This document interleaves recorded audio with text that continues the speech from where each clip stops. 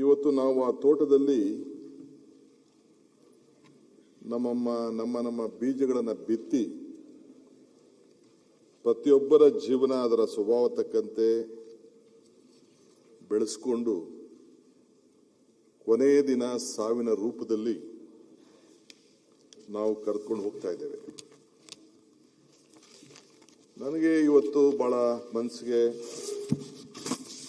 ಸಂತೋಷದ ಜೊತೆಯಲ್ಲಿ ಅತಿ ಹೆಚ್ಚು ನೋವು ಕೂಡ ಆಗ್ತಾ ಇದೆ. ಎಲ್ಲ ನನ್ನ ಸ್ನೇಹಿತರಿಗೆಲ್ಲ ಕೂಡ ಅರಿವಿದೆ. ಇವತ್ತು ನನ್ನ ಮಿತ್ರರಾದಂಥ ಸುಧಾಕರ್ ಅವರು ನನ್ನ ಆತ್ಮೀಯ ಗೆಳೆಯರಾಗಿದ್ದರು. ನನ್ನ ವಯಸ್ಸೇ, ಆತನ ಕೊನೆ ಉಸಿರು ಇಷ್ಟು ಜೊತೆಯಲ್ಲಿ ಇಷ್ಟು ಜಲ್ದಿ ಆಗ್ತದೆ ಅಂತೇಳಿ ನೀವು ಯಾರೂ ಬಯಸಿರಲಿಲ್ಲ. ನನ್ನನ್ನು ಈ ಸ್ಥಾನದಲ್ಲಿ ನೋಡಬೇಕು ಅಂತೇಳಿ ಬಹಳ ಆಸೆ ಪಟ್ಟಂತ ಒಬ್ಬ ಆತ್ಮೀಯ. ನಾನೇನಾಗದೇ ಇರೋದು ಚಿಂತೆ ಇಲ್ಲ, ನಿನ್ನ ಸಂಪುಟದಲ್ಲಿ ನಾನು ಮಂತ್ರಿ ಆಗದೇ ಇರೋದು ಚಿಂತೆ ಇಲ್ಲ, ನಿನ್ನನ್ನು ಈ ಸ್ಥಾನದಲ್ಲಿ ನೋಡಬೇಕು ಅಂತೇಳಿ ಎಲ್ಲರ ನನ್ನ ಸ್ನೇಹಿತರ ಮಧ್ಯೆ ಮಾತಾಡ್ತಾ ಇದ್ದಿದ್ದು ಎಲ್ಲ ನನ್ನ ಆತ್ಮೀಯರೆಲ್ಲ ಕೂಡ ಅರಿವಿದೆ. ಪ್ರೀತಿಯನ್ನು ಕೂಡ ನಾವು ಒಪ್ಕೊಳ್ಳೇಬೇಕು, ಗೆಳೆತನವನ್ನು ಕೂಡ ನಾವು ಒಪ್ಕೊಳ್ಳೇಬೇಕು, ಸಾವನ್ನು ಕೂಡ ನಾವು ಸ್ವಾಗತಿಸಬೇಕು. ಇದು ನಮ್ಮ ಹಿರಿಯರು ಹೇಳ್ತಾರೆ. ಗೆಳೆಯ ಸುಧಾಕರ್ ಅವರ ವಿಚಾರದಲ್ಲಿ ನಾನು ಅವರ ಸಾವು, ಆ ಒಂದು ತಿಂಗಳ ಆತನ ಬದುಕಿನಲ್ಲಿ ಮಾಡಿದಂಥ ಹೋರಾಟ,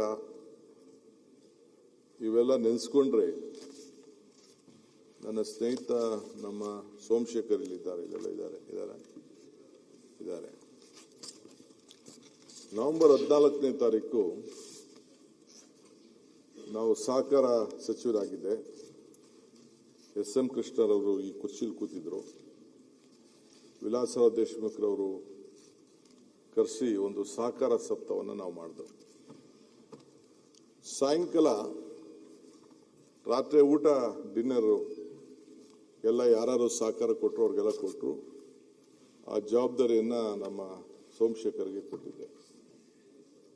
ಇದೇ ನಮ್ಮ ಅಟ್ರಿಯ ಹೋಟೆಲ್ನಲ್ಲಿ ಒಬ್ಬ ಮುದ್ದೂರ್ ಅಂತ ಒಬ್ಬ ನಮ್ಮ ಅಧಿಕಾರಿ, ಅಡಿಷನಲ್ ರಿಜಿಸ್ಟರ್ ಆಫ್ ಕೋಆಪರೇಟಿವ್ಸ್, ಆತ 11 ಗಂಟೆ ರಾತ್ರಿ ಊಟ ಆದಮೇಲೆ ನನ್ನ ಕುಂಡಿಸ್ಕೊಂಡು, ನಾನು ಅದು ಬೆಳಗ್ಗೆ ಕೆಲವು ವಿಚಾರಗಳನ್ನು ಮಾತಾಡಿದ್ದೆ ಅಸೆಂಬ್ಲಿಯಲ್ಲಿ, ಇದರಲ್ಲಿ ಮೀಟಿಂಗ್ನಲ್ಲಿ, ನನ್ನ ಕುಂಡಿಸ್ಕೊಂಡು ನಿಮ್ಗೇನೋ ಕೆಲವೊಂದು ವಿಚಾರವನ್ನು ನಾನು ಹೇಳಬೇಕಾಗಿದೆ ಅಂತೇಳಿ ಕುಂಡಿಸ್ಕೊಂಡು ಹೇಳ್ದ. ಏನು ಹೇಳಪ್ಪ ಅಂತ ಹೇಳಿದೆ. ಬಹಳ ಹಿರಿಯ ಆಫೀಸರ್. ಕ್ಷಣಂ ಚಿತ್ತಂ ಕ್ಷಣಂ ವಿತ್ತಂ ಕ್ಷಣಂ ಜೀವನ ಮೇವಚ್ಚ ಯಮಸ್ಯ ಕರ್ಣಾನಾಸ್ತಿ ತಸ್ಮಾತ್ ಜಾಗೃತ ಜಾಗೃತ ಜಾಗೃತ ಅಂತ. ಅಂದ್ರೆ ನಿನ್ನ ಪ್ರತಿಯೊಂದು ಕ್ಷಣ ಕೂಡ ಬಹಳ ಪವಿತ್ರವಾದ್ದು. ನೀನೇನಾದ್ರು ಸಾಧನೆ ಮಾಡಬೇಕು ಅಂದರೆ, ಏನಾದ್ರು ಒಳ್ಳೇದು ಮಾಡಬೇಕು ಆದರೆ ಯಾವ್ದಾದ್ರು ರೂಪದಲ್ಲಿ ನೀನು ಲೇಟ್ ಮಾಡಕ್ಕೆ ಹೋಗ್ಬೇಡ, ನೀನು ಯಾವುದಕ್ಕೂ ಕಾಯಕ್ಕೆ ಹೋಗ್ಬೇಡ, ನಿನ್ನ ತೀರ್ಮಾನ ಜಾಗೃತರಾಗಿರಲಿ ಅಂಥೇಳಿ ಆತ ಜಲ್ದಿ ತೀರ್ಮಾನ ತೆಗೆದುಕೊಳ್ಬೇಕು ಅಂತ ನನಗೆ ಆದಂಥ ಒಂದು ಹಿರಿಯದಂಥ ಒಂದು ಬುದ್ಧಿವಾದವನ್ನು ಹೇಳ್ದ. ಇನ್ನು ಅದರ ಅರ್ಥ ಹೇಳ್ಕೊಂಡೋದ್ರೆ ಇನ್ನೂ ಸ್ವಲ್ಪ ಲೇಟಾಗಿ ಆಗ್ತದೆ. ನಾನು ಜಸ್ಟ್ ಶಾರ್ಟಾಗಿ ಹೇಳ್ತಾ ಇದ್ದೀನಿ. ಹೇಳ್ಬಿಟ್ಟು ಮನೆಗೆ ಹೋದೆ. ಮನೆಗೆ ಹೋಗಿ ಬೆಳಗ್ಗೆ 6:15 ಗಂಟೆ ನನ್ನ ಜೊತೆ ಅವತ್ತಿಂದ ಕೂಡ ಸುಮಾರು ಒಂದು 35 ವರ್ಷದಿಂದ ವಿಶ್ವನಾಥ್ ರೆಡ್ಡಿ ಅವರು ಅಂತ ಒಬ್ಬರು ಇಲ್ಲಿದ್ದಾರೆ, ನನ್ನ ಸ್ಪೆಷಲ್ ಆಫೀಸರು, OST ಎಲ್ಲ ಇದ್ದಾರೆ, ಅಡ್ವೈಸರ್ ಎಲ್ಲ ಆಗಿದ್ದಾರೆ, ಆಗ PS ಆಗಿದ್ರು. ಅವ್ರು ನನಗೆ ಫೋನ್ ಮಾಡಿದ್ರು. ಫೋನ್ ಮಾಡಿಬಿಟ್ಟು, ಸರ್ ಮುದ್ನೂರ್ ಅವರು ಇಲ್ಲ, ಬೆಳಗ್ಗೆ 5:15 ಗಂಟೆಗೆ ಹಾರ್ಟ್ ಅಟ್ಯಾಕ್ ಆಗಿದೆ ಅಂತ. ನಾನು ಯಾಕೆ ಈ ಮಾತು ಹೇಳ್ತಾ ಇದ್ದೀನಿ ಅಂತಂದರೆ, ನಾವು ಯಾರೂ ಪರ್ಮನೆಂಟ್ ಇಲ್ಲ. ಸೊ ಇವತ್ತು ನಮ್ಮ ಗೆಳೆಯ ಸುಧಾಕರ್ ಅವರು ಕೂಡ ನನಗೆ ಅಪಾರವಾದಂಥ, ನಾನು ಇಷ್ಟು ಜಲ್ದಿ ಆತನ ಅಭ್ಯಾಸ ಕೂಡ ನನಗೆ ಅಷ್ಟು ಬಹಳ ಆತ್ಮೀಯನಾಗಿದ್ದು ಕೂಡ ಅರಿವಿರಲಿಲ್ಲ ನನಗೆ. ಬರೀ ಕಾಲ್ ಆಪರೇಷನ್ ಮಾಡಿಸ್ಕೊಂಡು ಹೋಗ್ತೀನಿ ಅಂತೇಳಿ ನಮ್ಮ ಕೆಲವು ಸ್ನೇಹಿತರು ಡಾಕ್ಟರ್ಗಳು ಒಂದಿಬ್ರು ಮೂರು ಜನ ಸೇರಿ ಹೋಗಿ ಸೇರ್ಕೊಂಡಿದ್ದಷ್ಟೇ. ನೋಡಿದ್ರೆ 3ನೇ ದಿನ 4ನೇ ದಿನ ಅಥವಾ ಸಿಗರೇಟ್ ಸೇರ್ತಾನೆ ಅನ್ನೋದು ಕೂಡ ನನಗೆ ಗೊತ್ತಿಲ್ಲ. ಸಿಗರೇಟ್ ಸೇರೋ ಅಭ್ಯಾಸ ಕೂಡ ಐತಂತೆ. ಸಾಯಂಕಾಲ ಸೇರ್ತಿದ್ದವು ಕೆಲವು ಸಂದರ್ಭದಲ್ಲಿ. ಆಗ ಬೇಕಾದಷ್ಟು ಚರ್ಚೆಗಳು ವಿಚಾರಗಳೆಲ್ಲ ನಡೀತಾ ಇತ್ತು. ಬಹಳ ಪ್ರಯತ್ನ ಮಾಡ್ದು ಆತನ ಉಳಿಸ್ಕೊಳ್ಬೇಕು ಅಂತೇಳಿ, ಬೇಕಾದಷ್ಟು ಹತ್ರ ಚರ್ಚೆ ಮಾಡ್ದು. ಸೊ ಕೊನೆಗೆ ಆತ ಕೊನೆ ಉಸಿರು ಹಿಡಿಬೇಕಾಯ್ತು. ಸೊ ಸರ್ಕಾರ ಅವ್ರಿಗೆ ಏನು ಗೌರವ ಕೊಡಬೇಕು ಕೊಟ್ಟು, ಅದು ಮುಖ್ಯ ಅಲ್ಲ. ಅದೇ ಸಾವನ್ನ ಬಹಳ ಕಷ್ಟದಿಂದ ಆತ ಒಪ್ಕೊಳ್ಬೇಕಾದಂತ ಒಂದು ಪರಿಸ್ಥಿತಿ ಬಂತು.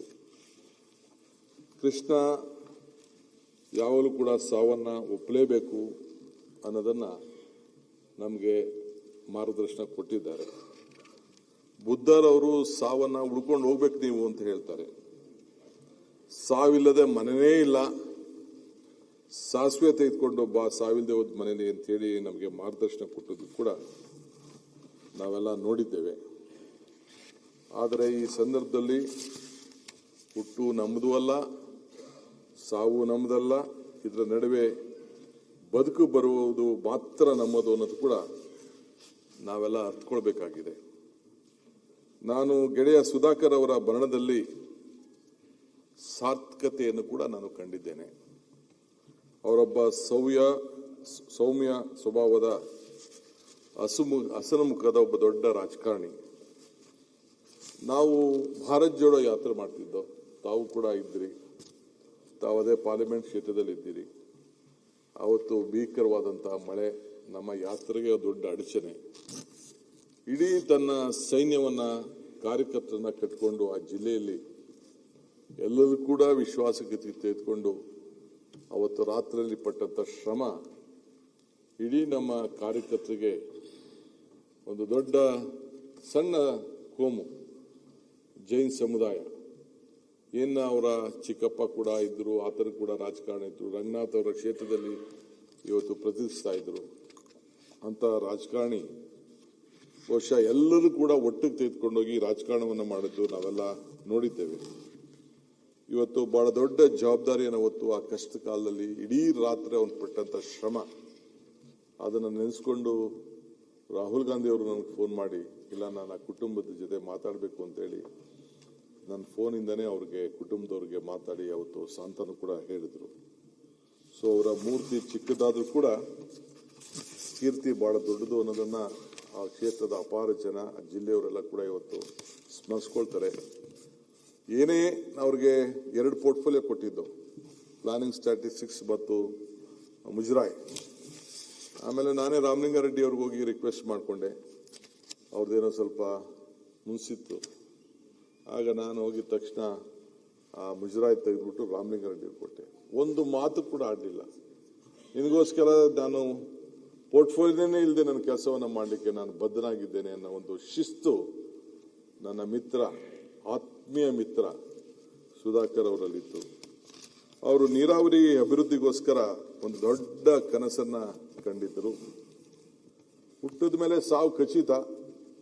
ನಾನು ಆಗಾಗ ಹೇಳ್ತಾ ಇರ್ತೀನಿ, ಮನುಷ್ಯನ ಹುಟ್ಟು ಆಕಸ್ಮಿಕವಾದ್ದು, ಸಾವು ಅನಿವಾರ್ಯ, ಜನನ ಉಚಿತ, ಮರಣ ಖಚಿತ ಅಂತ ಅನೇಕ ಸಂದರ್ಭದಲ್ಲಿ ಇಲ್ಲಿ ನಾನು ಮಾತಾಡಿದ್ದೇನೆ. ಸೊ ಇವತ್ತು ಹುಟ್ಟಿದ ಮೇಲೆ ಸಾವು ಖಚಿತ, ಶೋಕ ಮಾಡಬೇಕಾದ್ದು ಕರ್ತವ್ಯ, ಅದೇನು ಪ್ರಯೋಜನ ಇಲ್ಲ. ಆದರೆ ಅವರ ಪ್ರಮುಖವಾದಂಥ ಕನಸುಗಳು, ಯೋಜನೆಗಳು ಆ ಜಿಲ್ಲೆಗೆ, ನೀರಾವರಿಗೆ ತಮ್ಮ ಜೊತೆಯಲ್ಲಿ ಕೈ ಜೋಡಿಸಿ ನೀರಾವರಿಗೆ ಏನು ಮಾಡಿದಂಥ ಶ್ರಮ ಇದೆಯಲ್ಲ, ಅದು ನಿಜವಾಗ್ಲೂ ನಾನು ಒಪ್ಪಲೇಬೇಕಾದ್ದು. ಪ್ರತಿ ಹಂತದಲ್ಲೂ ಕೂಡ ನನ್ನ ಕೊನೆಗೆ ಆ ಜಿಲ್ಲೆಯಲ್ಲಿರುವಂಥ ಒಂದು ನೀರಾವರಿ ಯೋಜನೆಗೆ ನನ್ನ ಕೈಯಲ್ಲಿ ಹೋಗಿ ಟ್ರಯಲ್ ರನ್ ಮಾಡಿಸ್ಬೇಕು ಅಂತೇಳಿ ಅವರು, ರಘುಮೂರ್ತಿಯವರು, ನಮ್ಮ ಪಪ್ಪಿಯವರು, ನಮ್ಮ ಗೋವಿಂದಪ್ಪನವರು, ಗೋಪಾಲಕೃಷ್ಣ ಅವರು